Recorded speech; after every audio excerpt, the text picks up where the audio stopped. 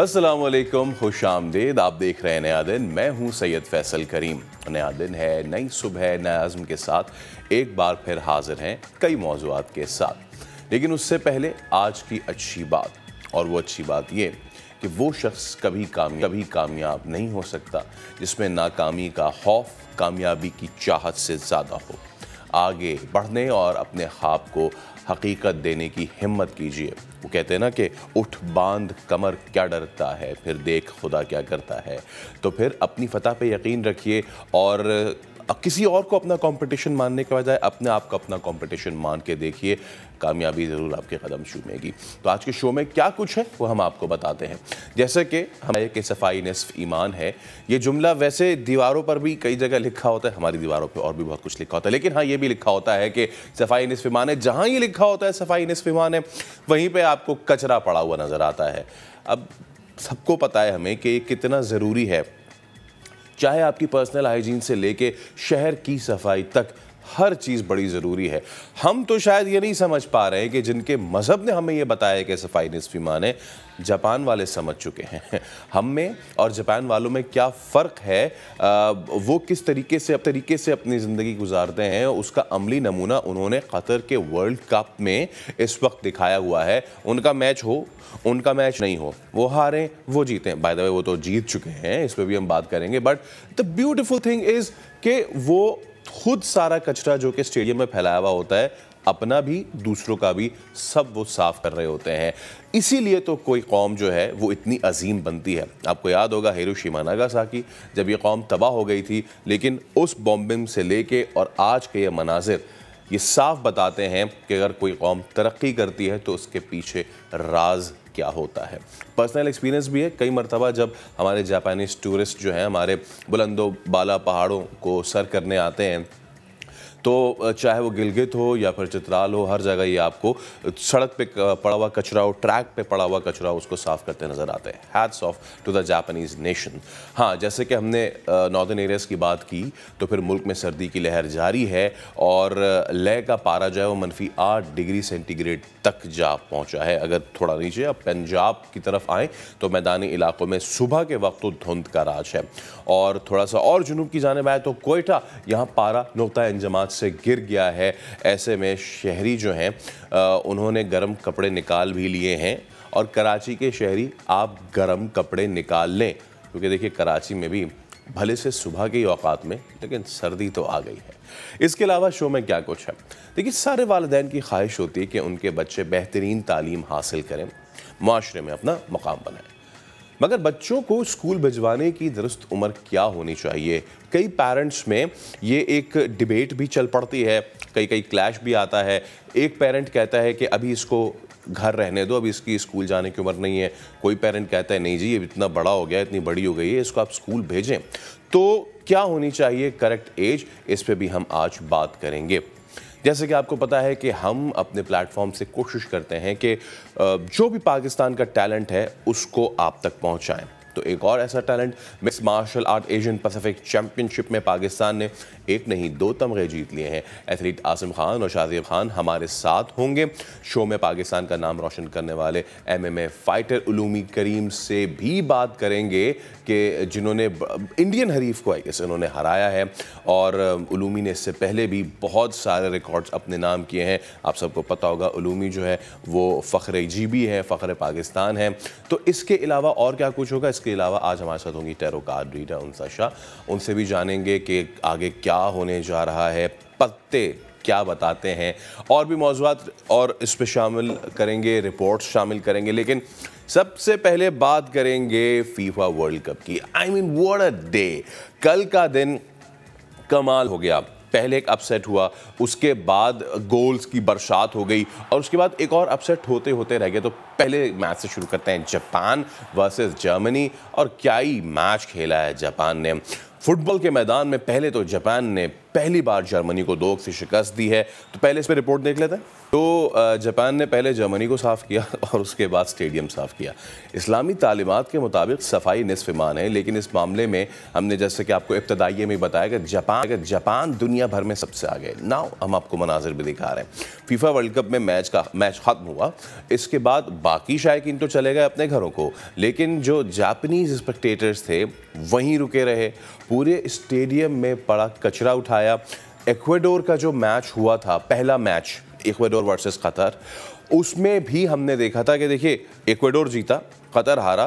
Fans किसके थे? Ecuador और कतर के। लेकिन उसमें जापानीज़ जो थे वो हमें दिखाई दिए कि किस तरीके से वो स्टेडियम में जो भी रैपर्स थे, जूस बॉक्सेस थे, फूड बॉक्सेस थे, वो अपने साथ देखे थैलियाँ लाए और उस पर वो जमा कर रहे हैं। जैसे कि मैंने आपको बताया, this personal experience is well, कि जब भी जापानीज़ टूरिस्ट हमारे यहाँ आते हैं सबसे ज़्यादा वो गिलगित और बल्तिस्तान का रुख करते हैं, स्वात का बड़ा रुख करते हैं, क्योंकि वहाँ पे बुद्धा के स्क्रिप्चर्स और बुद्धिज़्म के रिलिक्स बहुत सारे हैं। वहाँ भी हमें वो इसी तरीके से नज़र आते हैं। वो जगह जगह उनके पास एक टोकरी होती है, बास्केट होती है, वो साफ़ कर रहे होते हैं। कोई कौम ऐसा ही तो नहीं बन जाती ना अजीम। ये तो आपने जापान के लोगों को देखा कि वो किस तरीके से न सिर्फ अपने बल्कि दूसरे मुल्क में भी कितनी सफाई का ख्याल रखते हैं। आइए आपको जापान से सीधा कराची लेकर आते हैं और वहाँ क्या हाल है, हम कितना ख्याल रखते हैं। हम तनकीद तो करते हैं हुकूमत पे कि देखे कचरा नहीं उठता, हम खुद क्या करते हैं? खुर्शीद आलम से जानते हैं।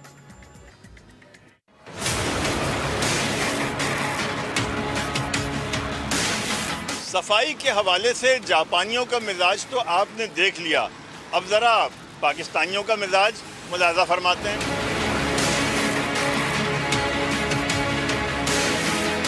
लियाकताबाद सिंधी होटल पर ख़वातीन पार्क की दीवार के साथ लिखा हुआ है, बराए मेहरबानी यहाँ कचरा ना डालें, लेकिन हमारा कौमी मिजाज ये है कि कचरा यहीं डलता है।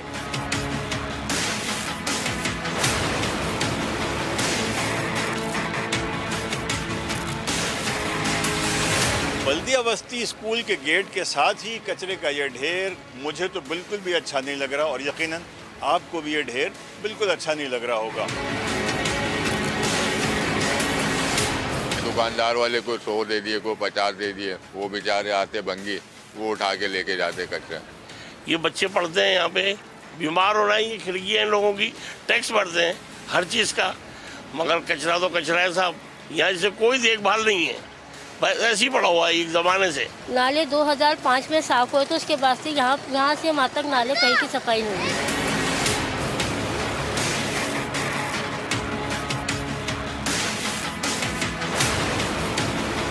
जिस दिन हमने कौमी ख़जाने के बजाय अपने इलाकों का कचरा साफ करना शुरू कर दिया ना, तभी हमारा मुल्क तरक्की की राह पर गामजन हो सकेगा।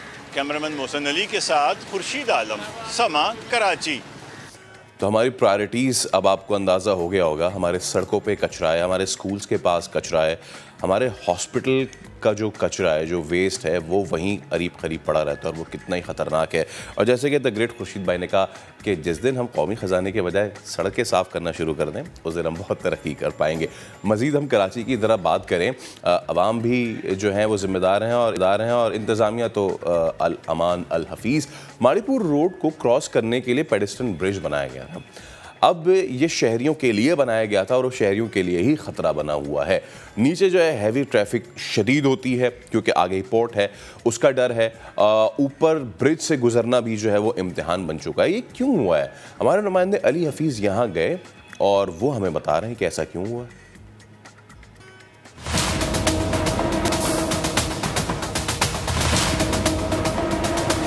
कराची की मसरूफ़ तरीन सड़क है, माड़ीपुर रोड को कहा जाता है। यहाँ पर जो है सीधे हाथ पे मच्छर कॉलोनी का रिहायशी इलाका है, जहाँ बड़ी आबादी जो है वो रिहाइश पजीर है। इसके अलावा जो है उल्टे हाथ पे लियारी है, लियारी पीपल्स पार्टी का गढ़ कहलाता है। अब ये दोनों इलाके जो है यहाँ के रहने वाले जब उनको एक तरफ से दूसरी तरफ जाना पड़ता है तो बलाई गुजरगाह का इस्तेमाल करते हैं।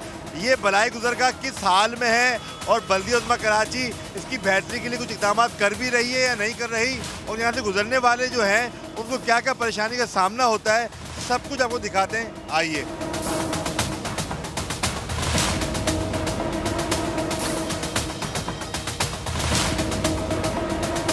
देखें ये हाल है इसका, इतने इतने जो है वो आप देख सकते हैं क्या हालत हो गई, टूट फूट का शिकार है, तबाही से दुचार है। वेस्टर्न ब्रिज कहते हैं इसको। आप देखें यहाँ पर ये शहरी मौजूद है, ये हाल दिखाएं, कैमरामैन अली मुशर्रफ दिखाएंगे आपको। ये देख सकते हैं कहाँ पाँव रखें, कैसे गुजरें, यहाँ पर जो है आप बताएं क्या परेशानी होती है। यार लेडीज भी नहीं जा सकते, मर्द भी नहीं जा सकता। मेरा खुद एक दो दफा ये पाँव लगा है, मैं ये चाय माय लेके जाता हूँ, वापस आता हूँ। बाबा इधर बिल्कुल रास्ता नहीं है, दुनिया को बहुत तकलीफ है। आगे का टांग पूरा अंदर घुस गया, यकीन मानो इधर से कट गया इसका पूरा। अभी हम लोग चल रहे हैं, इधर रहते हैं हम लोग, भाई अभी कैसे चल सके। अभी तो खुद देखो लेडीज भी आते हैं, बच्चे भी आते हैं, अगर नीचे से जाते हैं तो हादसे हो जाते हैं भाई। यहाँ पर जो है लकड़ी की जो है लकड़ी रखी हुई है, ये जो है अपनी मदद आपके तरह शहरी में रखती है। बच्चों को भी मसला होता है, लेडीज़ को भी। आपको परेशानी होती है? मुझे बहुत परेशानी होती है, मैं रोज़ जाता हूँ इस रास्ते से। आप देखते हैं लोग गिर भी जाते हैं बाज़ औक़ात। हाँ बाज़ औक़ात आपको भी फिसल जाता है इसमें अंदर। आप ये देखें, ये हाल है। ये अगर पाँव खुदा ना खास्ता, कैमरामैन अली मुशर्रफ दिखाएंगे, अगर अंदर चले गया तो कोई भी जो है बहुत बड़ा हादसा, यहाँ पर इंसानी नुकसान, जानी नुकसान हो सकता है। ये आप देख सकते हैं। तो कहाँ कदम रखेंगे ये देखें।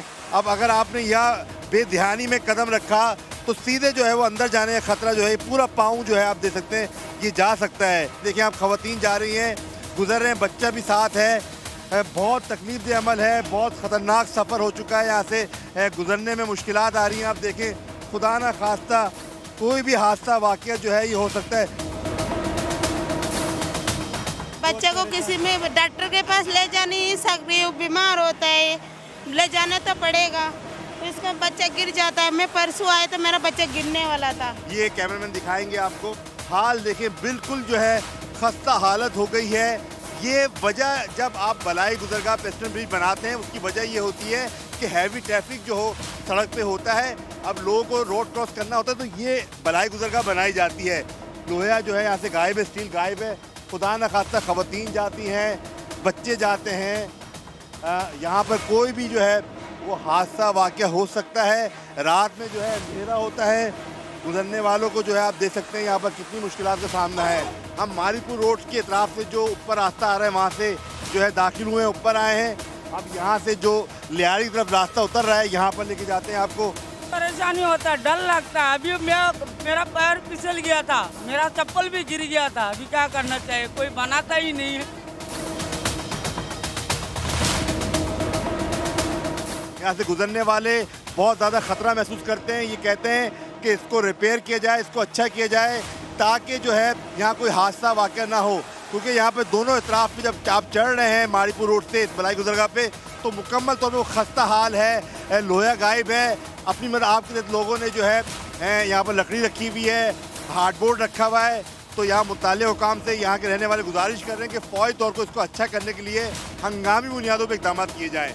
जी, कराची के हवाले से किसी शायर ने खूब कहा है ना कि सड़कें हैं ऐसी जो पाताल से मिलाती हैं।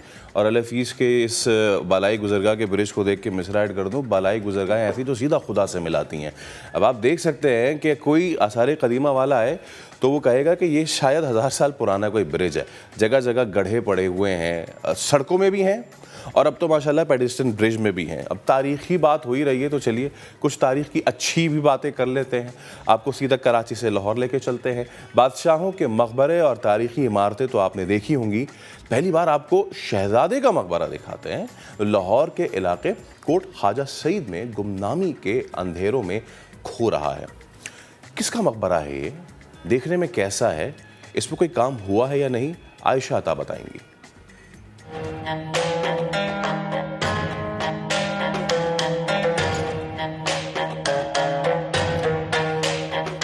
एक तरफ मुगल शहंशाह जहांगीर का आलीशान मकबरा तो दूसरी जानिब जहांगीर के तीसरे बेटे शहजादे परवेज का ये खस्ता हाल मकबरा जो आज तक दुनिया की नजरों से ओझल है।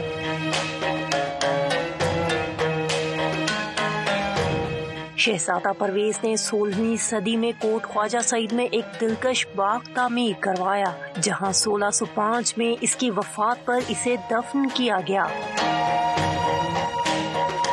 मौसम की सख्तियों ने इसे खंडरात में बदल दिया। वीरानी ऐसी कि अब यहाँ सिर्फ कबूतरों की होटर गूं ही सुनाई देती है। उस दौर में हमारा जितना भी काम है उसमें गालिबकारी है, ताज़ाकारी है और काशीकारी है, उसका काम यहाँ पे था। रेड सैंडस्टोन के भी आसार हैं। महकमा आसार कदीमा के मुताबिक सदियों पुराने इस मकबरे का हाल ही में सुराग लगाया गया है, जिसके बारे में ज्यादा लोग मालूमात नहीं रखते।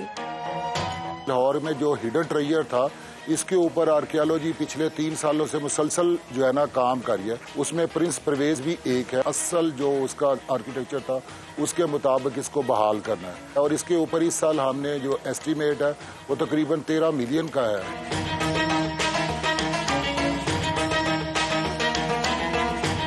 इमारतों में घिरा ये मकबरा अपनी मौजूदा हालत पर शिकवा गुना है और माजी की ठाट बाट के लौटने का मुंतज़िर है।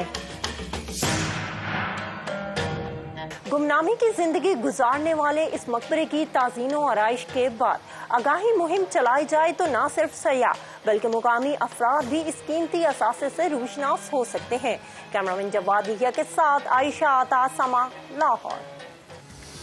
तो चलिए, पहले हम आपको कराची से लाहौर लेके चले थे, अब आपको लाहौर से 2-2.5 घंटे आगे फैसलाबाद लेके चलते हैं। सर्दियां तो यहाँ आ चुकी हैं, तो फैसलाबाद में भी सर्दी जो है वो आ चुकी है। अब देखिए, सर्दी होती है, खुनकी होती है, तो रोमान परवर हवाओं का चलना तो लाजिम व मलजूम है। वैसे इसने मौसम को 4 चांद भी लगा दिए हैं। ऐसे में जिना बाग में 2 नन्हे फनकार अपने फ़न से बदलती रुत का खूब मज़ा ले रहे हैं। हमारी नुमाइंदा रिदा सिंधु यहाँ गई और इन्होंने इनकी जो है वो धुन भी सुनी, इनके आलाप भी महसूस किए। ज़रा आपको भी सुनाते हैं। जी बिल्कुल, फैसलाबाद में भी जाड़े के मौसम ने अपने कदम जमा लिए हैं और फैसलाबाद में भी सर्द और खुनक हवाएं जो है वो हर सू चलती हुई नज़र आती हैं, महसूस होती हैं और हर कोई अपने अपने अंदाज में इससे महसूस हो रहा है। कोई सुबह सुबह चाय की चुस्की के साथ खुश्क मेवाजात का इस्तेमाल करता है, तो कोई गर्म शाल ओढ़े बागों में निकल जाता है सैर करने के लिए।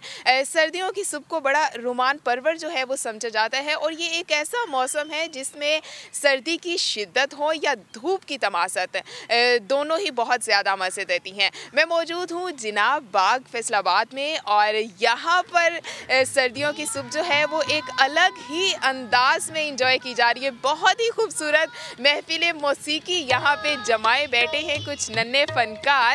मेरे साथ 9 साला फरियाल अंबर नन्ही गुलकारा मौजूद हैं। वो किस तरह से महसूस कर रही हैं यहाँ बाग में आने वालों को, उनका जो फ़न है हम भी कुछ उससे महसूस होंगे। हमें क्या सुनाएंगी आप? सदा हूँ अपने प्यार की जहाँ से बेनियाज़ हूँ, किसी पे जो ना खुल सके वो जिंदगी का राज़ हूँ। सदा हूँ अपने प्यार की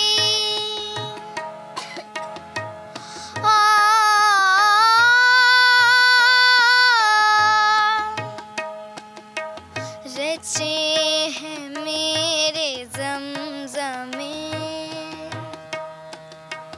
रचे हैं मेरे ज़मज़मे, हवाओं में घटाओं में मेरे गले का नूर है, खुला हुआ फ़ज़ाओं में मेरे गले का नूर है, खुला हुआ फ़ज़ाओं में।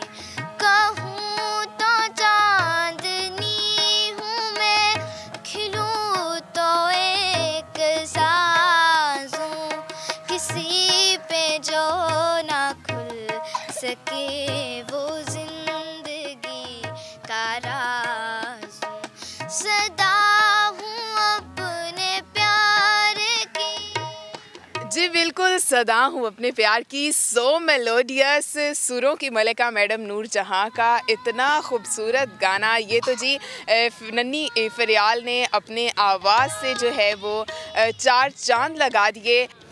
आगे बढ़ते हैं। जैसे कि हमने आपको पहले भी बताया था कि हमारी कोशिश होती है हम अपने प्लेटफॉर्म से पाकिस्तान के उस टैलेंट को प्रमोट करें, उस टैलेंट को आपके सामने लाएं, ख़ास तौर पे स्पोर्टिंग टैलेंट। जैसे कि आपको पता है कि वन स्पोर्ट नेशन और क्रिकेट पे सबसे ज़्यादा फोकस होता है, लेकिन ऑफ लेटली हमारे पास जो कॉन्टैक्ट स्पोर्ट्स है वो माशाल्लाह से लड़के हमारे और लड़कियाँ हमारी हैं वो जा के उसमें ज़बरदस्त मेडल्स भी हासिल कर रहे हैं, अपना नाम भी रोशन कर रहे हैं। ऐसे बहुत से अब हमारे प्लेयर्स हैं कि जो MMA, जिजित्सु, किक बॉक्सिंग इसमें बड़ा ज़बरदस्त काम कर रहे हैं। तो आज हमारे स्टूडियोज़ में भी मौजूद हैं और इसके अलावा जो है वो हमें स्काइप पे भी ज्वाइन करेंगे। कौन है ये गेस्ट, अब हम इनका आपसे तारुफ कराते हैं जी। हमारे साथ स्टूडियोज़ में मौजूद हैं ऐसे दो प्लेयर्स कि जिन्होंने थाईलैंड में जाके हमारा नाम रोशन किया। आसिम खान हमारे साथ मौजूद हैं और शाहजेब मौजूद हैं, और इसके अलावा जो हमारा फ़ख्र है, फ़ख्र जीबी उलूमी करीम जो है वो हमें ज्वाइन कर चुके हैं और उन्होंने बेल्ट भी जो है वो रखा हुआ है। हम आप सबको वेलकम करते हैं जी। माशाल्लाह से सबने जो है बड़ा अपना नाम बनाया है। मेरे साथ जो लोग बैठे हुए हैं उन्होंने मेडल्स हासिल किए हैं, जो उलूमी भाई हैं उन्होंने बेल्ट हासिल किया है। क्या ही ज़बरदस्त बात है। तो मैं आप दोनों से इजाज़त के साथ उलूमी करीम से मैं आगाज़ करता हूँ। सबसे पहले तो करीम भाई अस्सलाम वालेकुम, बहुत शुक्रिया आप हमें ज्वाइन कर रहे हैं माशाल्लाह अपने मैट्रिक्स फाइट नाइट टूर्नामेंट के 10वें एडिशन में बैंटम वेट टाइटल अपने नाम किया है। और मैं जब भी कहता हूँ ना कि ये मत देखें कि क्या जीता है, ये देखें किसको हरा के जीता। इंडियन फाइटर को आपने हराया है, तो उसके लिए आपको कंग्रेचुलेशंस। कैसा फील कर रहे हैं सर? माशाल्लाह बेल्ट भी जो है वो आपने इधर लगाई हुई है। How is the feeling? बहुत बहुत शुक्रिया जी, अल्हम्दुलिल्लाह, इट ऑलवेज फील्स ग्रेट। मेरे लिए तो ये बहुत बड़ी अचीवमेंट थी, बिकॉज जिस तरह का हमारा फाइट वीक था, जैसे वो आखिरी हफ्ता गुजरा उसके बाद जो जिस तरह की विक्ट्री हुई, अल्हम्दुलिल्लाह everything was great. I just threw one punch, एक ही मुक्का जो है ना पूरे पंच में फेंका, वही जो है ना जो कहते हैं बिल्कुल निशाने पे लगा और it got the job done. और अल्हम्दुलिल्लाह अभी जो है आई एम अ चैम्पियन और अल्लाह का बहुत बहुत एहसान है, अल्लाह का बहुत बहुत करम है। क्या बात है उलूमी भाई, आपसे आगे चल के मैं ज़रा अपने इस टैलेंट की भी बात करूँगा। अब मैं चाहूँगा कि मेरे साथ जो दो सितारे बैठे हुए हैं, आसिम अस्सलाम वालेकुम, और इसके अलावा शाहजेब आपको भी अस्सलाम वालेकुम। दोनों खान्स मेरे साथ बैठे हुए हैं। आसिम ने जो है माशाल्लाह सिल्वर मेडल अपने नाम किया है, शाहजेब जो हैं उन्होंने ब्रॉन्ज़ किया है। इससे पहले दीगर मेडल्स भी ये दोनों हासिल कर चुके। तो ये मैं चाहता हूँ कि ख़ुद ही ज़रा अपनी स्टोरी सुनाएं, कैसा रहा आपका इवेंट, किस किस को हराया आपने और कहाँ तक पहुँच पाए? जी अल्हम्दुलिल्लाह, तो थाईलैंड में जाके मेरी पहली फ़ाइट ही इंडिया के साथ आई थी। जो कि बहुत ही अच्छा प्लेयर था वो, और अल्हम्दुलिल्लाह पहले राउंड में मतलब उसको मैंने हराने की कोशिश की, लेकिन पहले राउंड में नहीं हुआ। दूसरे राउंड भी कहानी चली गई। तो दूसरे राउंड में बस अल्लाह ताला की फजल से उसको मैंने लॉक किया और टेप आउट किया उसको। क्या बात है जी। और आप बताएं सर, आप अपने मेडल की स्टोरी हमसे शेयर करें। ये तो जब मैं 2021 में गया था ना, तो गामा चैम्पियनशिप में मुझे इंजरी हुई थी। इंडिया के साथ फाइट आई थी तो मुझे बहुत दुख हुआ था। तो इस बार मैं जब गया ना फर्स्ट, तो ताजुद में भी मैं ये मांग रहा था कि अल्लाह इंडिया के साथ आए। तो ड्रा यही हुआ कि इंडिया के साथ ही आया। तो अल्लाह ने बस, आप लोगों ने फाइट देखी होगी, फर्स्ट राउंड में मैंने वो टाइटल अपने नाम किया, फास्टर फिनिशर टाइटल जो था वो मैंने अपने नाम किया इंडिया के खिलाफ। क्या बात है। अब उलूमी भाई, हम देख रहे हैं आसिम, शाहजेब, आप हम सब मौजूद हैं। इससे पहले भी हमारी टीम जो है जाती रही हैं, बहुत सारे प्लेयर्स जो हैं हम उनको बुलाते रहे हैं, मदऊ करते रहे हैं। ये ऑफ लेट ये कैसे मुमकिन हो पाया है कि जैसे कहते हैं ना कि अचानक से वो जो दरख्त तनावर बन गया। हमारे पास जुजित्सु प्लेयर्स, हमारे पास किक बॉक्सर्स, हमारे साथ इवन बॉक्सिंग में तो हमेशा से हमारा टैलेंट अच्छा था। ये इतने सारे प्लेयर्स कहाँ से आ गए, कैसे आ गए? फ्यूचर प्रोस्पेक्ट आप क्या देख रहे हैं इस कॉन्टैक्ट स्पोर्ट का पाकिस्तान में? 2016 में मुझसे किसी ने पूछा था, जब मैं फर्स्ट टाइम किसी अपने इंडियन ओपोनेंट से लड़ा। मिक्स मार्शल आर्ट्स पाकिस्तान में बहुत फेमस हुआ। आप सब जो है ना मीडिया वालों की तवज्जो से जो है एक बूम सा आया जो है ना मिक्स मार्शल आर्ट्स की फेम में। तो ऑब्वियसली न्यूज़ ऐसी थी तो उस पे जो है टैलेंट, किसी ने मुझसे पूछा कि क्या टैलेंट देख रहे हैं आप पाकिस्तान में मिक्स्ड मार्शल आर्ट्स अगले 5 साल में, तो मैंने कहा था कि in the next 5 years we will have multiple world champions. आपके सामने आज 2 बैठे हुए, ये इनका पहला मेडल नहीं है, इन्होंने और भी मेडल्स जीते हैं माशाल्लाह से। तो उसके बाद बेसिकली हर एक चीज़ को टाइम लगता है, और हमारे एथलीट्स को भी टाइम लगा, टुक देयर टाइम, लेकिन अभी वो जो टाइम अपना है सर्व करके, अपना टाइम इन्वेस्ट करके वो अभी ऊपर आना शुरू हुआ है, अभी नज़र आना शुरू हुआ है, अभी दिखना शुरू हुआ है। अभी तो सिर्फ आपको जो है this is only the tip of the iceberg. इनके अलावा और इतने चैम्पियंस हैं जो अभी तैयार हो रहे हैं, जो इन्हीं के कैलिबर के हैं, और माशाल्लाह से इनके कैलिबर से अच्छा कैलिबर है उनका, जो प्रोफेशनल में जो है ना अब ईज इन करेंगे। तो बहुत ज़्यादा बच्चियाँ हैं जो कि हुआ ट्रेनिंग, हुआ working really really really hard, और आपको बहुत ज़्यादा जो है ना और चैंपियंस दिखेंगे। इससे ये वजह ऑब्वियसली हर एक चीज़ में टाइम लगता है। कहते हैं आप किसी चीज़ को 10,000 घंटे देते हैं तब जाके आप चैंपियन बनते हैं, और 10,000 घंटे 1 साल में पूरा नहीं होता। 10,000 घंटे देने में आपको जो है ना 3, 4, 5 साल लग जाते हैं, और ये इन सब ने बहुत ज़्यादा मेहनत की है, जितनी उन्होंने कुर्बानियाँ दी हैं, जो लोग घरों पे काम से, पढ़ाइयों से, हर एक चीज़ से लोग जो सेक्रीफाइस करते हैं, फिजिकली, इमोशनली, फाइनेंशियली जो उनके सेक्रीफाइसेस हैं, ये सब टाइम लेता है। बिल्कुल। यूजुअली ये देखा जाता है कि लोग इन्वेस्ट करते हैं और कहते हैं कि 1-2 महीने में रिजल्ट्स आएँ।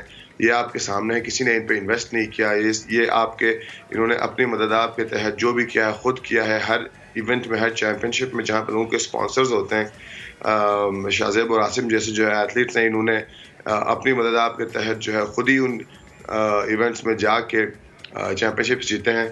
तो all these things take time. सिर्फ यही होता है कि अगर आपको चैंपियंस चाहिए है तो आपको टाइम देना पड़ेगा, आपको इंतज़ार करना पड़ता है, और अल्हम्दुलिल्लाह हम टाइम दे चुके हैं और आपके सामने चैंपियंस बैठे हुए हैं। सर ज़बरदस्त आपने बात की है। अच्छा, मुझे ये बताएं कि फ़ाइट करने के अलावा आप क्या करते हैं, आप दोनों क्या करते हैं? पहले तो मैं और शाहजेब दोनों मंडी में काम करते थे ना, तो अभी जब कैंप स्टार्ट हुए ना तो मंडी थोड़ी सी, क्योंकि दोनों काम नहीं चलते एक साथ, या तो आप ट्रेनिंग करो, ट्रेनिंग के लिए भी टाइम देना पड़ता है ना, या तो फिर काम करो। तो थोड़ा कैंप स्टार्ट हुए, फिर मंडी छोड़ दिए। अभी मैं यही मैं पूछना चाह रहा था कि हमारा जो टैलेंट है ना, वो बंगलों से, बड़े बड़े घरानों से उठ के नहीं आता, वो सड़कों पे हमारा रॉ टैलेंट होता है, और उसको फिर हमें पॉलिश करने की ज़रूरत होती है। मुझे ये बताएं शाहजेब कि आप लोग बिल्कुल जैसे कहते हैं ना कि जुड़े हुए हैं ज़मीन से, यहाँ से उठने के बाद इंटरनेशनल मुकाबलों में जाते हैं, वहाँ के फाइटर्स आते हैं, उनको तो हमें पता है कि क्या क्या फैसिलिटीज़ मिलती हैं, कितने स्पॉन्सर्स होते हैं। हमारे यहाँ अब टैलेंट बड़ा ज़बरदस्त है, उस टैलेंट को पॉलिश करने के लिए फैसिलिटी, सहूलियात कैसी हैं? फैसिलिटीज़ तो ना होने के बराबर है, क्योंकि पाकिस्तान में जो टैलेंट है वो बहुत ही हाई लेवल पे है।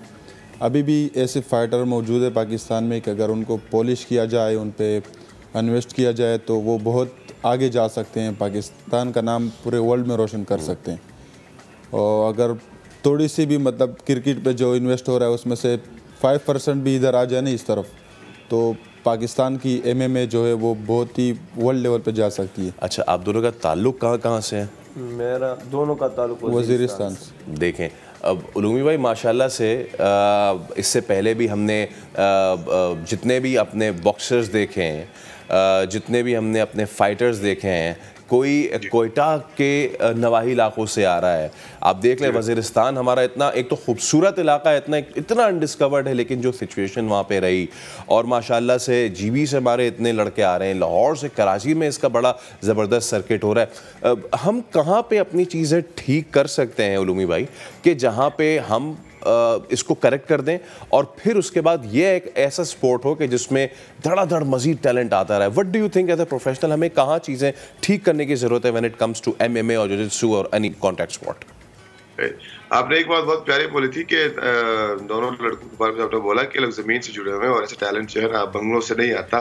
बिल्कुल ऐसा ही होता है। ये स्पोर्ट की नेचर ऐसी है कि बहुत रिजिड स्पोर्ट है, बहुत हार्श स्पोर्ट है, और हर एक हार्श स्पोर्ट के लिए, हर एक कोई किसी भी हार्श फील्ड में जो है ना बहुत ही मेरे ख्याल से रेयर ऐसे चांसेस होते हैं कि आप ये देखें कि कोई आरामदा जो है बैकग्राउंड से उठ के आए, बिकॉज ऑब्वियसली उनको इस टाइप की मेहनत करने की आदत नहीं होती। हमारे इसीलिए कोयटा जैसे एरिया से, गिलगित बल्तिस्तान जैसे एरिया से सारे जो है ना जो हार्श टेरेन एरियाज हैं वहाँ से आपको टैलेंट इसलिए मिलता है क्योंकि वहाँ पे एक तरह से सर्वाइवल मोड होता है। रोज का काम है सर्वाइवल मोड, तो हर रोज किसी न किसी चीज़ की फाइट चल रही होती है। तो इसीलिए जो है ना आपको यहाँ से टैलेंट देखने को मिलता है। दूसरी बात जो आपने पूछी उसका ये कि सबसे जो बड़ी हमारे पाकिस्तान में सबसे बड़ी जो ज़रूरत है वो फाइनेंशियल इन्वेस्टमेंट की है।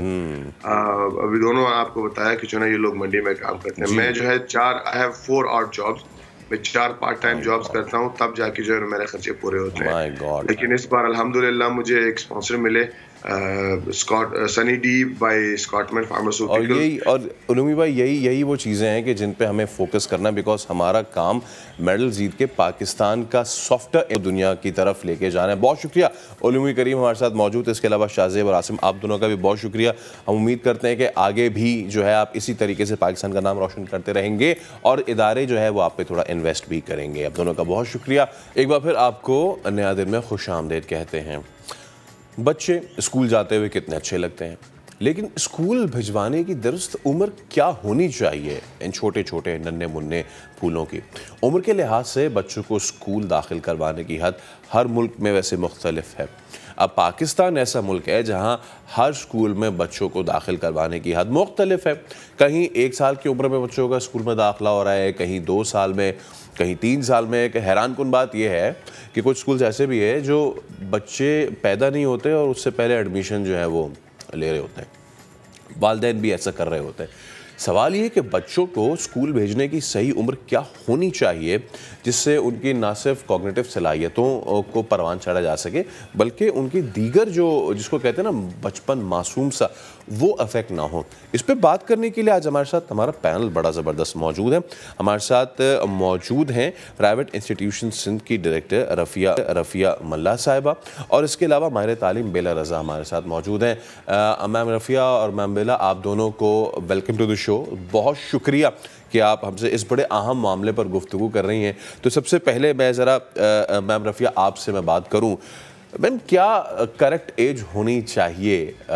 मैं आपसे as a educationist, as a इंतज़ामिया नहीं कह अब आपसे पूछ रहा, एज ए मदर भी आपसे पूछ रहा हूँ कि क्या करेक्ट एज होनी चाहिए आपके जहन में कि बच्चे को आप स्कूल भेजें?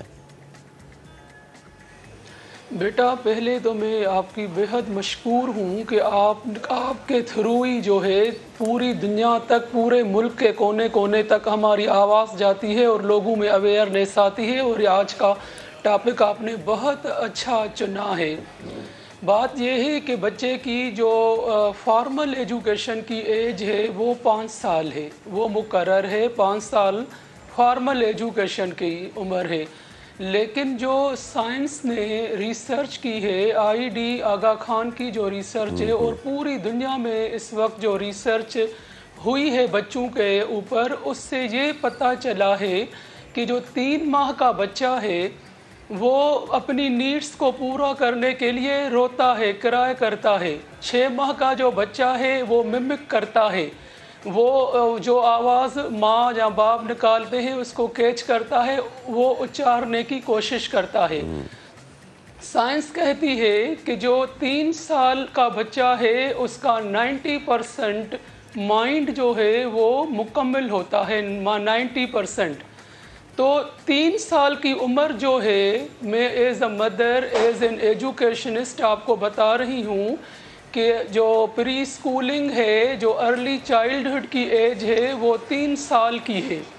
और 3 साल में जो बच्चा है वो उसकी शख्सियत साजी, किरदार साजी, उसका डिसिप्लिन और आउट ऑफ हाउस जो सोशलाइजेशन है, सोशल स्किल की डेवलपमेंट है, जो उसकी मूवमेंट है, उसका जो डिसिप्लिन है, वो आराम से हम अच्छा बना सकते हैं। जिस तरह आपने बात की कि हम बच्चे खेल कूद से महरूम होते हैं, तो जो प्री स्कूल होते हैं और जो अर्ली चाइल्डहुड होते हैं, जहाँ शख्सियत साजी करते हैं, बच्चों को कलर्स से मुतारिफ़ कराते हैं, डिसिप्लिन से कि अगर आपने खेल कूद के खिलौने रखे हैं बाहर, अब आपने खेल लिया तो उसको कंटेनर में कैसे रखेंगे, आपको बैठना कैसे है, चलना कैसे है, अपने शूज़ जो हैं किस तरह बाइंड करने हैं, इस छोटी छोटी सी शख्सियत को डेवलप करने वाले स्टेप्स सिखाए जाते हैं, जिससे बच्चे का ज़हनी जो नशो नमा है वो एक्टिविटी की वजह से,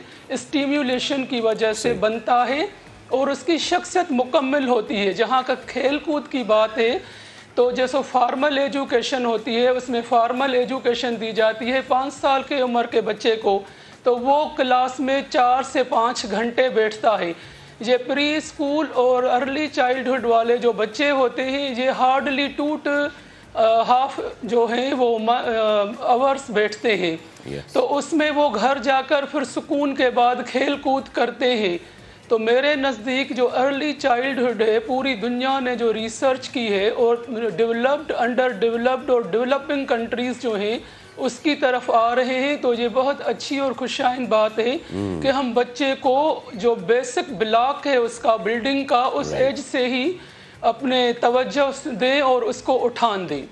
बिल्कुल। अच्छा, अब मैं ज़रा बेला साहबा की जाने आना चाहूँगा।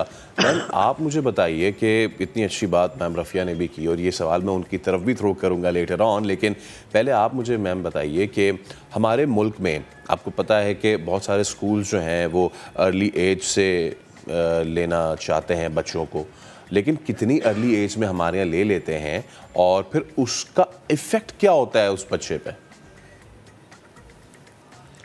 बहुत बहुत शुक्रिया और समा टेलीविज़न का कि उन्होंने इतने अहम टॉपिक पे आज डिस्कशन की, और मैम रफ़िया का कि उन्होंने भी बहुत अच्छी तरह एक एलैबोरेट किया कि early childhood care and education, और केयर के ऊपर गौर कीजिए। एजुकेशन जो है ये एक बहुत अहम सब सेक्टर है एजुकेशन का, और ये तब से हुआ जब से रफ़िया ने भी इसका ज़िक्र किया कि 90s में जब न्यूरो साइंस की बहुत बड़ी रिसर्च होती रही, तहकीक हुई, तो पता चला कि एक्चुअली 8 साल की, यानी जब से बच्चा कंसीव होता है और 8 साल की उम्र तक उसका जो ब्रेन डेवलपमेंट है वो हाइट पे होता है, और न्यूरो साइंस ये कहती है कि सबसे ज़्यादा सिनेप्टिक जो मल्टीप्लिकेशंस हैं, सिनेप्सिस बढ़ते हैं बच्चों की जहन के अंदर, और जो न्यूरो सर्किट्स बढ़ते हैं वो उसी उम्र के हैं।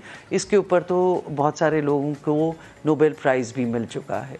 अब जब से ये इंफॉर्मेशन सामने आई है तो और भी ज़्यादा बात चल निकली कि हमें early childhood care and education को देखना चाहिए as a big age brand, जिसमें 0 to 8 ईयर्स को हम सोचें, और जहाँ तक तालीम का फॉर्मल तालीम का सवाल है उसमें कम से कम 2 साल की म्याद ज़रूर होनी चाहिए, यानी जैसे मैम राफिया ने कहा कि 3 से 5 साल की।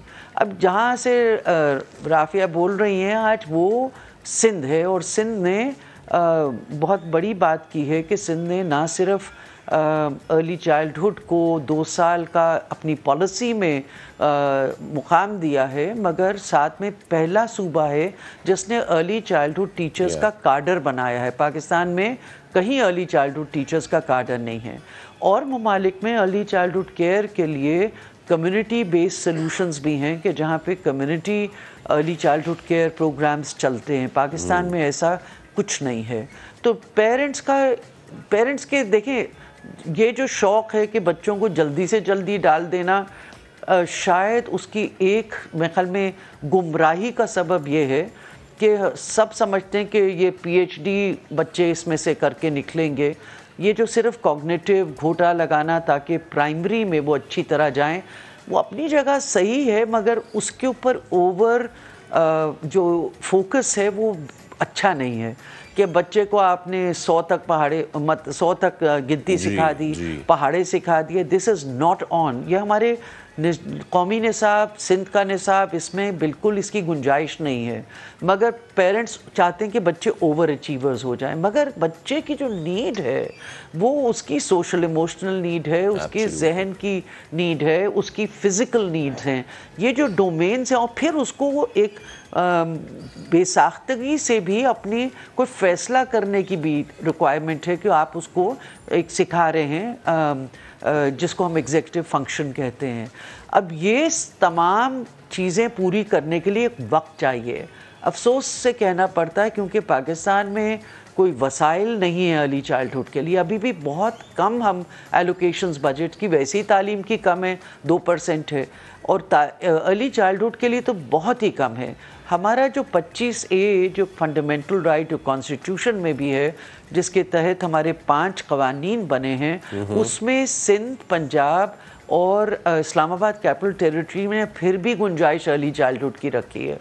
बलूचिस्तान और खैबर पख्तूनख्वा में कानून में नहीं गुंजाइश है, ऑल्दो उनके सेक्टर प्लान और एक्शंस में है। सही। मगर ये एक ऐसा सेक्टर है जिसको बहुत कम अभी भी समझा जा रहा है। और अभी 16 तारीख को ही ताशकंद में early childhood care and education की वर्ल्ड कांग्रेस ख़त्म हुई है, जिसमें हमारे फेडरल मिनिस्टर साहब भी गए थे, 150 मुल्क वहाँ पे मौजूद थे, और उन्होंने अपनी डिक्लेरेशन की जिसमें बहुत सारी इम्पॉर्टेंट गाइडलाइंस फिर से सामने लेकर आए हैं। ओके, इसको तवज्जो दें, मगर तवज्जो किसको दें? वो पूरी एक बच्चे के होलिस्टिक डेवलपमेंट को दें कि बच्चे वहाँ से खुशी खुशी निकलें उस प्रोग्राम में से, और फिर आगे ज़िंदगी भर में तालीम हासिल करने के लिए। मगर साथ में सोशल इमोशनल जो हैप्पीनेस है ना और लर्निंग, ये बहुत क्रिटिकल है। अच्छा, मैं इसी पे आ रहा था। मैं मैम रफ़िया आपसे ये पूछना चाहूँगा कि हमने ये तो देखें, चले पॉलिसी भी है और ये डिसाइड भी कर लिया है कि जी 3 से 5 साल की उम्र जो है उसमें हमें इसको एंटर कराना चाहिए बच्चे को। अब मैं ज़रा, हमने बच्चों की तो बात कर ली, नाउ टॉकिंग अबाउट उन लोगों की जिन्होंने इस एज के बच्चे को केटर करना है। हमारी प्री हो गई, प्री प्राइमरी हो गई, प्रेप सेक्शंस हो गए। डू यू थिंक कि हमारे मेजॉरिटी ऑफ स्कूल्स, मैं उन छोटे नंबर ऑफ स्कूल्स की बात नहीं कर रहा कि जहाँ पे आपको पता है कि they are well equipped and all, but majority, क्या आपको लगता है कि उस एज ब्रैकेट को केटर करने के लिए जो भी टीचर्स हैं, जो भी इंस्ट्रक्टर्स हैं, they are well trained, they are well equipped? क्योंकि उसमें आपने बच्चे को पढ़ाना नहीं है, उस बच्चे की ना सिर्फ आदत बनानी है, बल्कि उसके जो टेंट्रम्स होते हैं उसको रादर देन झड़कने के प्यार से उसको हैंडल करना होता है। डू यू थिंक कि उस एज के बच्चे को केटर करने के लिए our staff is well equipped, well trained? बेटा, मैं ये कहूँगी कि मुकम्मल तौर पे तो नहीं है। ये एक एडमिट करने वाली फैक्ट है कि जो आबादी का तनासब है उस लिहाज से अर्ली चाइल्डहुड और प्री स्कूल्स का जो सिस्टम है वो उस लेवल पे डेवलप नहीं है। लेकिन जो डेवलप्ड है, जो एलीट स्कूल्स का है या जो ट्रस्ट बेस्ड स्कूल्स का है, वो पूरी दुनिया से भी कम नहीं है। मैंने खुद कोर्स किया है अर्ली चाइल्डहुड का, बीइंग एन एजुकेशनिस्ट, अपनी अंडरस्टैंडिंग के लिए, क्योंकि मैं स्कूल्स की रेगुलेटर हूँ और मैं विज़िट करती हूँ। तो आप यकीन करें, मैं हैरान होती हूँ कि वो बहुत पूरी दुनिया की जो इस वक्त नीड्स हैं उनको केटर कर रहे हैं। लेकिन आबादी के तनासब के लिहाज से हमारा स्टाफ और मेंटली उस लेवल तक ट्रेंड नहीं है। और जो इंफ्रास्ट्रक्चर तो ये प्रोवाइड कर रहे हैं स्कूल्स, लेकिन जिस तरीके से बच्चे की शख्सियत साजी होगी, उसके जो सोशल स्किल्स को डेवलप करना है, उसको किरदार साजी डेवलप करनी है, डिसिप्लिन लाना है, वो सारे नेगलेक्ट एरियाज़ होते हैं। तो इस वक्त सिंध का, जैसे मैडम बेला ने जिक्र किया, हमारा मिनिस्टर, हम लकी हैं, सैयद सरदार अली शाह जो एक पढ़े लिखे नसीब हुए हैं हमें मिनिस्टर, तो वो इस अर्ली चाइल्डहुड पे बहुत फोकस्ड है। और ये हम लकी सूबा है जो हमें मिनिस्टर पढ़ा लिखा मिला है, जो बहुत एक्टिव है, एक शायर है तो हसास दिल का इंसान है, इंटेलेक्चुअल है, तो बच्चों पे उसने बेहद फोकस किया है। और अब जो अर्ली चाइल्डहुड के जो इंस्टीट्यूशन है उनमें हम विज़िट करते हैं और उनको सिंध में जो गवर्नमेंट लेवल पे हमने इंस्टीट्यूट बनाए हैं तो कोशिश ये की है कि उनको वही स्किल्स और वही मटेरियल जो है वो प्रोवाइड करें जिससे बच्चों को सुकून महसूस हो और बच्चे वहाँ खुशी खुशी जाएं। अब मैंने जो पर्सनल देखा है वो ये देखा है कि क्लास 1 में जब बच्चा जाता है वो फिर भी रोता है क्योंकि उसको पढ़ना होता है, लेकिन ये जो बच्चे जाते हैं तो वो हंसते हुए जाते हैं क्योंकि उनको पता है कि हमें कुछ खेलने को मिलेगा, कुछ ऐसी चीज़ें गवर्नमेंट लेवल पे जो फ्री एजुकेशन वाले बच्चों को घरों में तो नसीब नहीं होती। और जो बहुत बड़ा फैक्टर है ना, आप कहते हैं कि ये कैटर करने के लिए हम तैयार हैं, तो आप अगेन देखें कि पहले हमारा कंबाइंड फैमिली सिस्टम होता था। बच्चों को घर में दादी नानी चाची चाचा नसीब होते थे, वो खेलते थे, खिलाते थे, कंसोल करते थे, उनकी जो जहनी नशोनुमा थी उसमें एक्टिव पार्टिसिपेट करते थे। बच्चा मुख्तलिफ रिश्तों से जो था वो जुड़ता था, समझता था, उसका दिमाग एक्टिवेट होता था। अब घरों से लोग फ्लैटों तक आ गए हैं, फैमिली सिस्टम जो है वो अकेला अकेला वालिदैन रहने लगे हैं। अब ये जो ज़्यादा डिमांड को पूरा करने के लिए अनट्रेंड स्टाफ लिया गया है कि डे केयर और जो प्री स्कूल्स हैं वो एक ज़रूरत बन गई है, क्योंकि जो वर्किंग पेरेंट्स हैं वो अपने बच्चों को कहाँ छोड़ें, तो वो डे केयर का सहारा लेते हैं, प्री स्कूल्स का सहारा लेते हैं। तो डिमांड को देखते हुए जो रियल एजुकेशनिस्ट हैं वो तो रियल सेंस में वो बच्चों को ट्रेन करते हैं क्योंकि उनके पास तो ट्रेंड होते हैं प्री स्कूल के असाज़ा। लेकिन जो कमर्शियल लोग हैं अब वो इस फील्ड में आ गए हैं कि just for money making to engage the children, और वहाँ पे जो है ना वो इशू जो है वो बड़ा दिल खराश होता है कि ये बच्चों को वो तवज्जो नहीं दे पाते जिसके लिए जो मजबूर वालिदैन हैं, जो दोनों ही वर्किंग है, तो वो बच्चों को वहाँ डाल देते हैं। तो पेरेंट्स को भी मैं आपके चैनल के तवस्सुत से कहूँगी कि हमारे पास बहुत सी शिकायतें आती हैं कि इधर वो तरीक़ेकार नहीं है जो कि डेवलप्ड कंट्रीज़ में है, जहाँ गवर्नमेंट ऑफ सिंध ने जो अपनी गाइडलाइंस दी हैं प्री स्कूल और अर्ली चाइल्डहुड के लिए वो कैरी नहीं हो रहा। तो पेरेंट्स को भी देखना चाहिए कि यहाँ स्टाफ ट्रेंड है या नहीं। बाज़-औक़ात हमारे पेरेंट्स के पास टाइम नहीं होता, महज चमक धमक इंफ्रास्ट्रक्चर देख लेते हैं, तो उनको उनका पूरा जो करिकुलर डेवलप किया गया है, जैसे मैडम ने बेला ने बात की, तो वो सब चीज़ों को देखना चाहिए। तो हुआ हमारे साथ ये है कि हमारे पास एक तो गुंजाइश कम है, हमारे पास कम है ये प्री स्कूल्स, दूसरा कमर्शलिज्म ज़्यादा आ गया है एजुकेशन में। एजुकेशन प्योरली जो है वो एक एजुकेशनिस्ट को ही देनी चाहिए जिसमें पेशेंस हो, इमोशंस और पेशेंस। अगर आपका कमर्शलिज्म और कमर्शियल स्कूल निकाल देते हैं अपने अंदर से, क्योंकि वो उनके लिए एक बिजनेस है, वो बिजनेस है, फिर जाहिर सी बात है मैम, अच्छा वो जिस तरीके से आपने एक तो इस तरह से उसको लुक आफ्टर नहीं करेंगे जो बच्चे की वो शख्सियत साजी हो सके। बहुत वैलिड आपने पॉइंट उठाया है, और ये जो आपने पूरी डेमोग्राफी से इसको जोड़ा है ना, दैट्स अनहर्ड ऑफ, और बहुत ज़बरदस्त आपने बात की है। आखिर में मैम बेला आपसे पूछना चाहूँगा, क्योंकि आप लोग का इतना माशाल्लाह से इंटरनेशनल एक्सपोजर है, अभी just told about the Tashkent conference भी अभी, तो मैम बाहर के ममालिक में जो ये छोटे बच्चे होते हैं उनको किस तरीके से उनके स्कूल्स में, एजुकेशनल सेंटर्स में कैटर किया जाता है, व्हाट्स द डिफरेंस? देखिए उधर तो जिस दिन से बच्चा पैदा होता है, और मैं आपको बताती भी जाऊँ कुछ आदाद शुमार कि अभी भी हमारे पास 40% से कम बर्थ रजिस्ट्रेशन होती है। मतलब वियतनाम ले लें और मुल्क ले लें, डेवलप में ना भी जाइए, इधर जाइए जहाँ पे एक फोकस है कि जो एक नई ज़िंदगी आएगी उसकी एक हैसियत होगी, उसकी एक शनाख्त होगी। तो वहीं से उनका रजिस्ट्रेशन जब शुरू होती है तो वहीं से उनकी हेल्थ की नीड्स, उनकी सोशल सेफ्टी नेट्स की नीड्स, उनकी अर्ली डिटेक्शन, कोई भी डिसेबिलिटी हो उसकी नीड, उसकी न्यूट्रिशन की नीड। आपको पता है 40% से ज़्यादा हमारे बच्चे स्टंटेड हैं, तो उसमें मल्टी सेक्टोरल चीज़ें आ जाती हैं। माँ को किस तरह से हेल्थ में रखना, हेल्थी रखना है, नफ्सियाती तौर पे खुश रखना है, बच्चे को किस तरह से खाने की जो उसकी रिक्वायरमेंट है, हेल्थ की रिक्वायरमेंट है, उसको पूरी करना है। ताकि बच्चे को वो तहफ़्फ़ुज़ मिले। जब तहफ़्फ़ुज़ मिलेगा और वो सेहतमंद होंगे बच्चे, तो फिर उनकी तालीम या उनकी ज़हनी नशोनुमा और इमोशनल नशोनुमा वो भी बहुत अहम होती है। हालांकि हमारे पुरानी एक रिवायतें हैं कि भाई जब बच्चे पेट में हों तो माँ को खुश रखो, गाने सुनाओ, कुछ करो, कहानियाँ भी लोग कहते हैं, मगर ये इसी वजह से कि a healthy child born will have a healthy life ahead.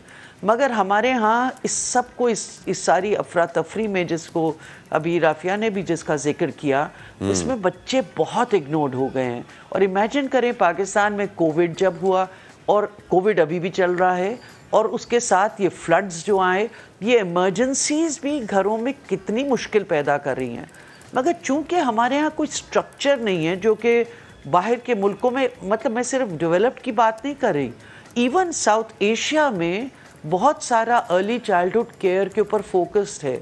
Maldives ले लीजिए, श्रीलंका ले लीजिए, बांग्लादेश में बहुत ही ब्रेक थ्रू प्रोग्राम्स हो रहे हैं इस वक्त। पाकिस्तान में अभी तक हम लोग, आई टेल यू के एजुकेशन डिपार्टमेंट्स बहुत इनिशिएटिव्स ले रहे हैं, पंजाब के, सिंध के, खैबर पख्तूनख्वा के, बलूचिस्तान के, इवन इस्लामाबाद कैपिटल टेरिटरी के, मगर हमें इससे कहीं ज़्यादा काम करने की ज़रूरत है, जहाँ पे हम दूसरे सेक्टर्स को, health, nutrition, social protection, social safety net जैसे बिस्प वगैरह है, इसमें भी नए नए इंस्ट्रूमेंट्स आ रहे हैं, इनको मल्टी सेक्टोरली जोड़ के करने की ज़रूरत है।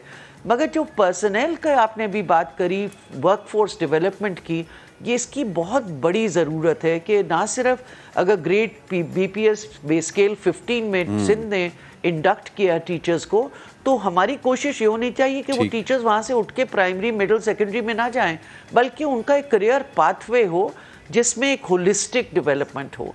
बाहर के मुल्कों में ये बहुत ज़रूरी है, और अर्ली ईयर्स में भी हमारे यहाँ, कि हमारे यहाँ एक रेफरल सिस्टम होना चाहिए कि बच्चे को आपने नर्सरी वगैरह में तो डाल दिया, मगर साथ में अगर कोई डिसेबिलिटी के चैलेंजेस हैं, हेल्थ के चैलेंजेस हैं, जैसे पंजाब ने हेल्थ एंड न्यूट्रिशन सुपरवाइजर्स बनाए, मगर बहुत खातिर खा उसका रिजल्ट नहीं बनाया, क्योंकि कोई लिंक होना चाहिए कि जहाँ जहाँ बच्चे की नीड या गैप्स नज़र आ रहे हैं, उसकी सेहत में, उसकी सेहत के हवाले से, इन सब पे भी फोकस, यस, इनका भी ख्याल रखना है। तो क्लस्टर्स में अगर ऐसे लोग हो जाएं, मगर इसके लिए होलिस्टिक मल्टी सेक्टोरल सपोर्ट की ज़रूरत है, और उसके नज़रिए की और विजन की ज़रूरत है। ठीक है, पाकिस्तान में ये एक बहुत बड़ा गैप है, और अगर इस पे फोकस करें तो यकीनन हमारा पूरा तालीमी निज़ाम बेहतर हो सकता है, बहुत बेहतर हो सकता है। बहुत शुक्रिया, ये फाउंडेशन है हमारी लिटरेसी। बहुत शुक्रिया मैडम। बेला रज़ा मौजूद थी, और इसके अलावा रफ़िया मल्ला भी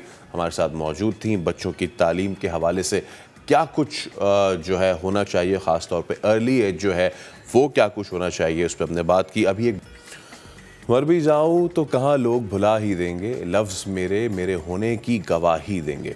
खुशबू मोहब्बतों की शायरा परवीन शाकिर अगर आज ज़िंदा होती तो ज़िंदगी की 70वीं बहार देख रही होती। उनके जन्मदिन पर ये रिपोर्ट देखते हैं। वो तो खुशबू है, हवाओं में बिखर जाएगा, मसला फूल का है, किधर जाएगा।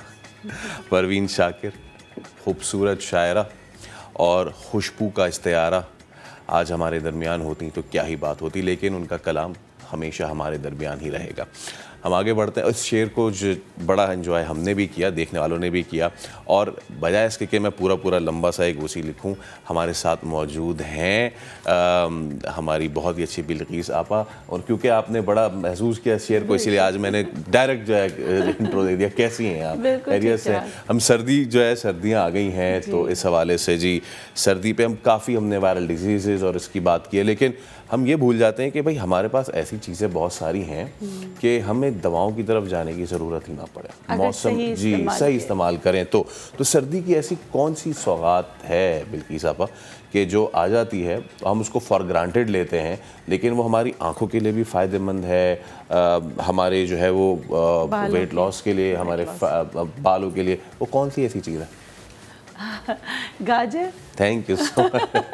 तो जी अब आपको पता चल गया होगा कि गाजर जो है वो कोई आम सब्जी नहीं है, लेकिन बेशुमार जो है इसके अंदर खूबियाँ रखी हैं, विटामिन्स, मिनरल्स, सब मैं बता दूंगा। तो आपा क्या बताएंगी? जी आपा, क्या क्या कुछ है और क्या क्या कुछ हम सबसे पहले अगर कभी भी आप गाजर को काट के देखें तो अंदर से पूरी आँख निकलती है, तो ये आपके आइज़ के लिए बहुत अच्छी होती है। इसीलिए कहते हैं कि गाजर का जूस पीने से आँखें अच्छी होती हैं, या कमज़ोर आँखें या आँखों के लेमन लैंग्वेज में आँखों के पट्टे जो होते हैं ना वो मजबूत होते हैं। अच्छा, इसमें विटामिन ए होता है, आँखों के लिए तो अच्छा होता है, ये आपकी स्किन के लिए बहुत अच्छा होता है। सर्दियों में आता है क्योंकि सर्दियों में ड्राइनेस बढ़ती है, तो गाजर जो है ड्राइनेस को कम करने में, आपकी स्किन को बहुत अच्छा रखने में आपकी मदद करती है। जो इचिंग के मसाइल होते हैं और जो ड्राई जोन के जितने भी मसाइल होते हैं उसके लिए बहुत अच्छी होती है, और ये एंटी एजिंग भी है। अगर इसको लूसन के साथ जैसे इसका कहवा बना के पिया जाए। अच्छा, गाजर के सब कहते हैं जूस, गाजर का सूप भी बना के आप पी सकते हैं। आप गाजर की सब्जी, अचार, किसी भी शक्ल में आप इसका इस्तेमाल करें। और इसके साथ अगर 2-3 और चीज़ें मिला दें जैसे सेब और चुकंदर, तो वो क्या ही ज़बरदस्त वो बन जाता है, ABC जूस बन जाता है। अगर इसमें आप गाजर डालना चाहें तो भी डाल सकते हैं। और गाजर के बेशुमार फ़ायदे। सबसे पहले हम बच्चों से स्टार्ट करते हैं। कहते हैं कि बच्चों को भूख नहीं लगती, और एक रीज़न हो सकता है पेट के कीड़े, वन ऑफ द रीज़न, क्योंकि 4 थ्रेड वर्म्स जो होते हैं वो गाजर से आराम से जो है ना एक्सक्रीट आउट हो जाते हैं। करना ये होता है कि कद्दूकश किया गाजरों को, सुबह आप बच्चों को थोड़ा सा चीनी डाल के दे दें या गाजर का जूस दे दें। तो ये 3 से 4 दिन आप कीजिए। इससे क्या होगा कि बच्चे के जो पेट में दर्द, क्रैम्प्स इसलिए हो रहे थे कि वो कीड़े हैं या वो बिल्कुल, बाज़ औक़ात क्या करते हैं बच्चा अपने आप को भी नोचता है और दूसरों को भी नोच रहा होता है। तो one of the reason calcium minerals की कमी या आयरन की कमी है। इसके अलावा जो है पेट के कीड़े भी हो सकते हैं कि वो बहुत जो है ना अनकंफर्टेबल फील कर रहा होता है, तो वो दूसरों को भी काट रहा होता है। आप करके देखें, जो बच्चा दूसरों को अक्सर आदत हो जाती है नोचने की, आप उसको गाजर खिलाएं, उसकी आदत ख़त्म हो जाएगी। क्या बात है। तो ये है, आप इस तरह गाजर दें। और दूसरा, गाजर को अगर धनिए के साथ मिलाकर अगर एंटी एजिंग के लिए आप इसका इस्तेमाल करें तो उससे बहुत ज़्यादा बेनिफिट होता है।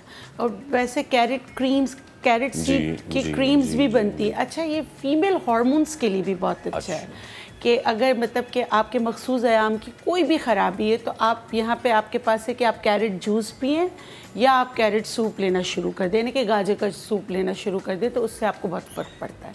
मतलब गाजर के बेतहाशा फ़ायदे हैं। आप इसको फ्रूट के तौर पे जैसे लेना शुरू करें इसका जूस, या आप सब्ज़ी के तौर पे इसको पका के खाना शुरू करें, दोनों में ही ये आपके लिए बेनिफिट्स। और या फिर अगर आपने खाने से पहले आपका जो रॉ सैलड है उसमें आप इसको डाल दें तो फिर क्या ही ज़बरदस्त बात। रॉ सैलेड में तो शुगर पेशेंट भी इस्तेमाल कर सकते हैं, या आप दूध में पकाकर जो है ना, जैसे वैसे तो कहते हैं कि रूट्स वाली सब्जियां शुगर पेशेंट के लिए नहीं होती हैं, लेकिन अगर आप इसके अंदर का जो वाइट कलर का होता है उसको आप ना फेंको और उसको आप गजरेला टाइप बना कर दें तो वो शुगर पेशेंट भी उनकी जो उनमें ताकत की कमी हो जाती है, क्योंकि ये ताकत का ख़जाना है। और इसको कहते हैं कि गरीबों का सेब, an apple a day keeps doctor away. तो ये भी आप इसमें तमाम वो खुसूसियात है जो सेब में है, बल्कि इसका विटामिन ए जो है वो सेब से भी अच्छा है। गजरेले की आपने बात कर दी है तो मामलात जो हैं वो सर्दी और फिर गाजर के हलवे और उसके ऊपर पड़ा हुआ खोया और उसमें बड़े हुए मेवों के चला जाएगा। तो मैं चाह नहीं रहा हूँ कि वहाँ पे जाएं, मैं चाह रहा हूँ आप प्लीज़ मूव फॉरवर्ड किचन और हम ज़रा देखें कि आज जो है हम किस तरह जो है गाजर को मज़ीद फ़ायदेमंद बना सकते हैं। सो आपा, इट्स ओवर टू यू, क्या करने जा रहे हैं? जी मैं छोटी छोटी चीज़ें बता देती हूँ गाजर की कि आप इसका देखिए इस्तेमाल करने के लिए। तो ये है कि आप गाजर किसी भी सूरत खा लें, बहुत ही ज़्यादा बेनिफिट होता है।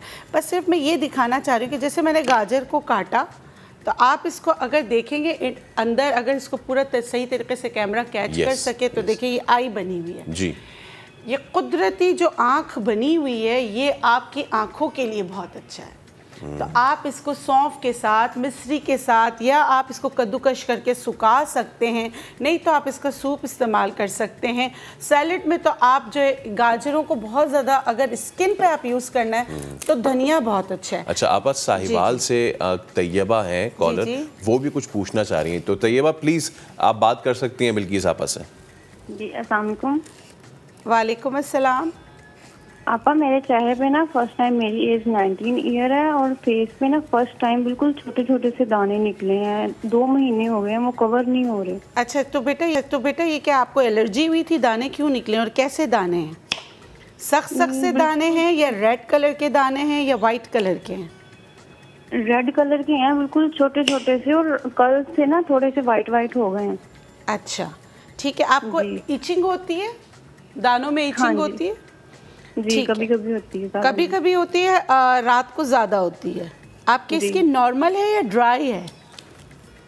थोड़ी सी ड्राई है। हाँ, ये ड्राई स्किन पे जो आपको जो छोटे छोटे दाने आ रहे हैं, तो आपने क्या करना है, आपने गाजर पे बात करें इसलिए नहीं, लेकिन गाजर इसके लिए बहुत अच्छा। इसका जूस निकाल कर आप चेहरे पे लगाना शुरू करें, आपकी ड्राइनेस भी ख़त्म हो जाएगी और आपकी स्किन भी क्लियर हो जाएगी। और गाजर का जूस पिएं भी, साथ में पानी का इस्तेमाल ज़्यादा करें। अगर आप कॉफ़ी लवर हैं तो इस मौसम में आप अगर 1 कप कॉफ़ी पीती हैं तो उसके साथ याद रखिएगा कि उसकी डिहाइड्रेटेड जो प्रॉपर्टीज़ है उसको ख़त्म करने के लिए आपने 3 ग्लास पानी पीना है, तो आप कॉफ़ी पी सकती हैं।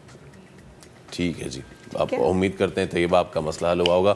मूविंग ऑन विद बिल्किस आपा। जी बिल्किस आपा, ओवर टू यू। बस मैं ये बता रही थी कि देखें, इसका मास्क बनाना बता रही थी कि आपको बहुत ज़्यादा लेने की ज़रूरत नहीं है। आपने जैसे यहाँ पे मैंने लिए हैं तकरीबन 30 से 40 पत्ते पुदीने के लिए, इसको मैंने चॉप कर लिया है। यहाँ मैं गाजर जो है इसको भी चॉप कर रही हूँ। आपके पास ब्लेंडर हो तो आप जूसर ब्लेंडर में डाल के इसका जो है ना आप जूस निकाल लें।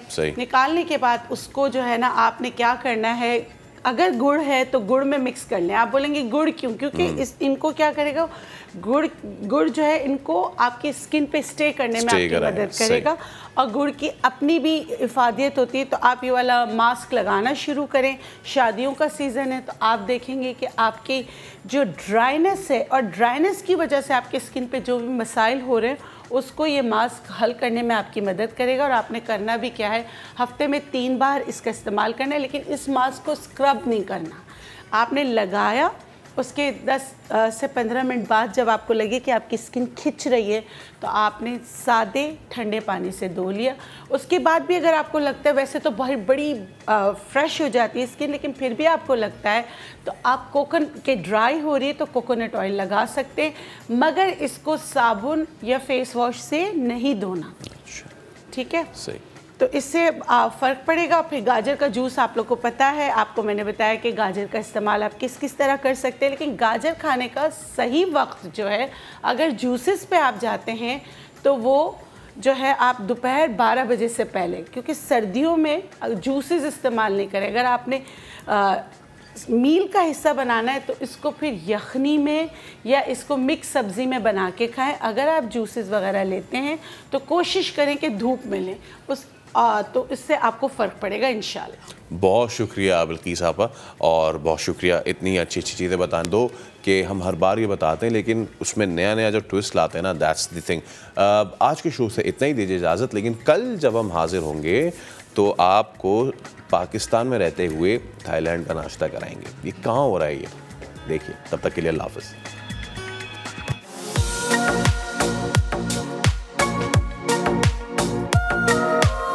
पाकिस्तान में थाईलैंड वाला नाश्ता कहाँ मिलेगा? देखते रहिए नया दिन।